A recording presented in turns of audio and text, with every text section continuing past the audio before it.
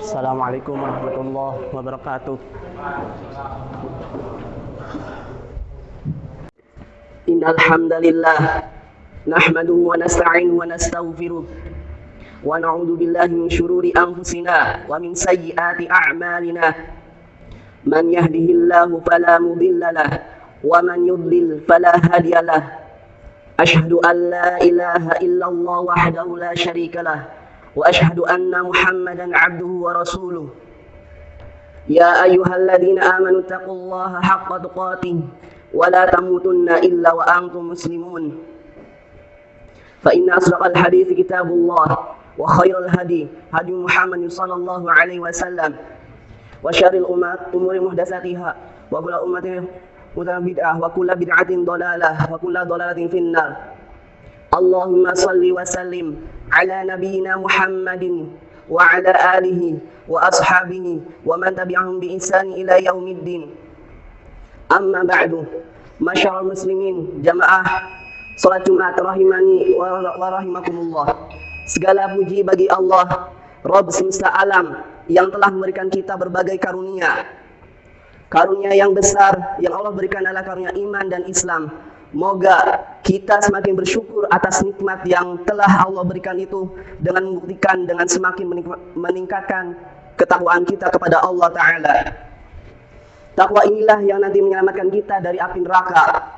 Salawat serta salam semoga selalu tercurah pada junjungan dan suri tauladan kita, Nabi akhir zaman, Nabi Muhammad sallallahu alaihi wasallam, para keluarganya, para sahabatnya, serta yang mengikuti para salaf tadi dengan baik hingga akhir zaman. Para jamaah salat Jumat rahimani wa rahimakumullah. Ada orang yang tidak banyak amal namun bisa masuk surga. Apa bisa? Ada dua hal yang mesti ia perhatikan. Yang pertama, karena memperhatikan yang wajib. Talha bin Ubaidillah radhiyallahu anhu berkata, ada seorang lelaki yang beruban, kepalanya dari ahli Najd, datang kepada Nabi sallallahu alaihi wasallam.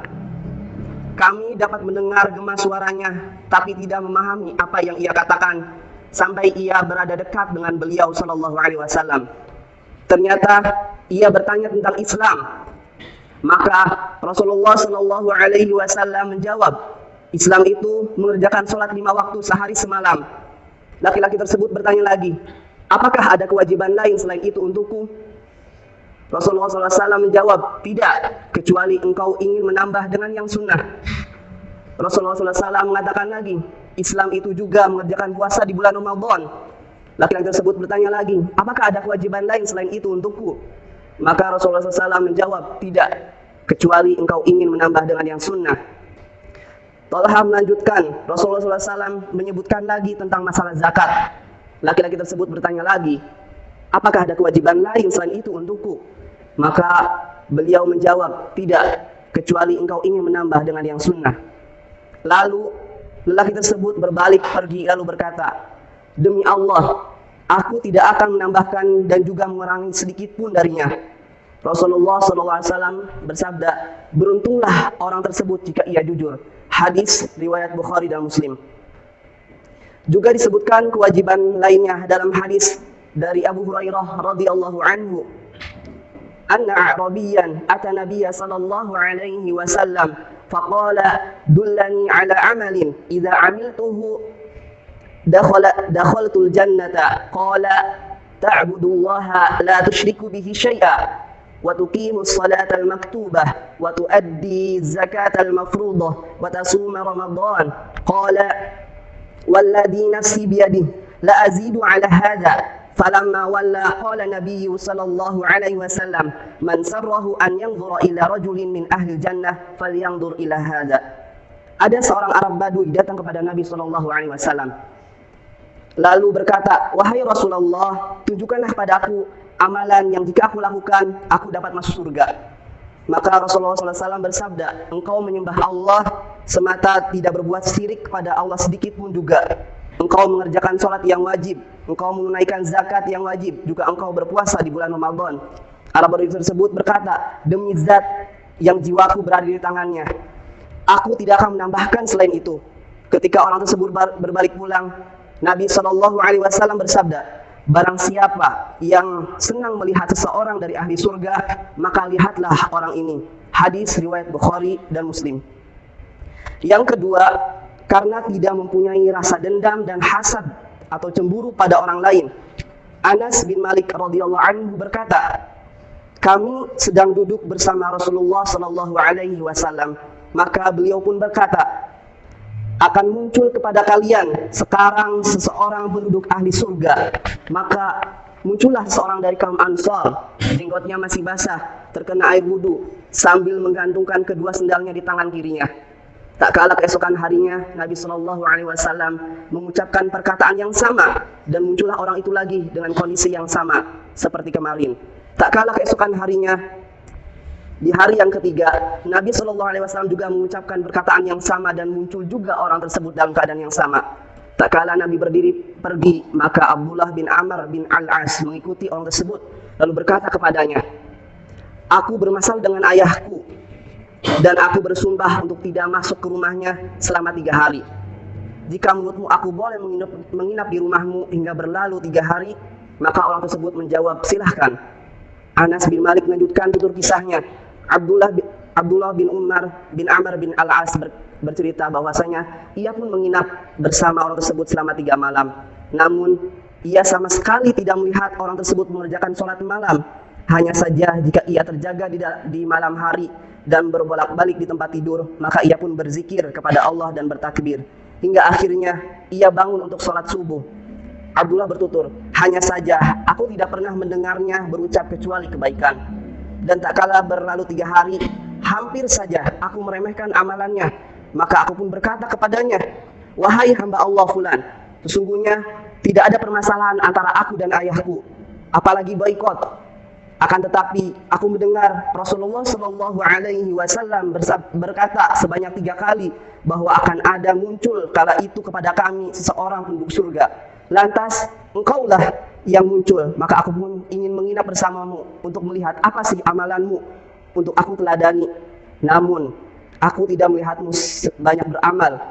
Lantas apakah yang telah membuatmu memiliki keistimewaan sehingga disebut-sebut oleh Nabi SAW? Orang tersebut berkata, tidak ada kecuali amalanku yang kau lihat. Abdullah bertutur, falamma wallaitu da'ani faqala ma huwa illa ma ra'aita ghaira anni la ajidu fi nafsi li ahadin minal muslimina gishan wa la ahsudu ahadan ala khairin a'tahu Allahu iyyahu. Faqala Abdullah hadhihi allati balaghat bika wa hiya allati la nutiqu. Tak kala aku berpaling pergi, ia pun memanggilku dan berkata bahwa amalannya hanyalah seperti yang terlihat. Hanya saja ia tidak memiliki perasaan dendam dalam hati kepada seorang muslim pun, dan ia tidak pernah hasad kepada seorang pun atas kebaikan yang Allah berikan kepadanya. Abdullah berkata, inilah amalan yang mengantarkan engkau menjadi penduduk surga, dan inilah yang tidak kami mampui. Hadis riwayat Ahmad. Demikianlah khutbah pertama ini. Aqulu qawli hadza astaghfirullah li wa lakum wa lisa'il muslimin innahu huwas samiul alim.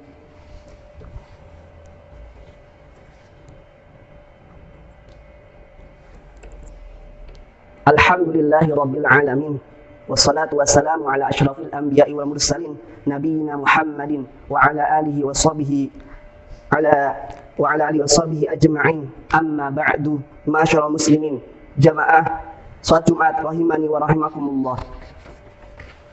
Disebutkan dalam hadis yang dibahas dalam khutbah pertama tadi mengenai amalan wajib saja, maka siapa saja yang mencukupkan diri dengan amalan yang wajib atas dasar iman yang benar dan mengharap pahala dari Allah, maka ia akan selamat dan masuk surga walau tidak melakukan yang sunnah.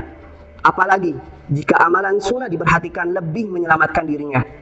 Begitu juga akhlak yang mulia yang mengantarkan pada surga dengan mudah. Dari Abu Hurairah radhiyallahu anhu, ia berkata, su'ila Rasulullah sallallahu alaihi wasallam an aktsari yudkhilun nasal jannah faqala taqwallahi wa husnul khuluq.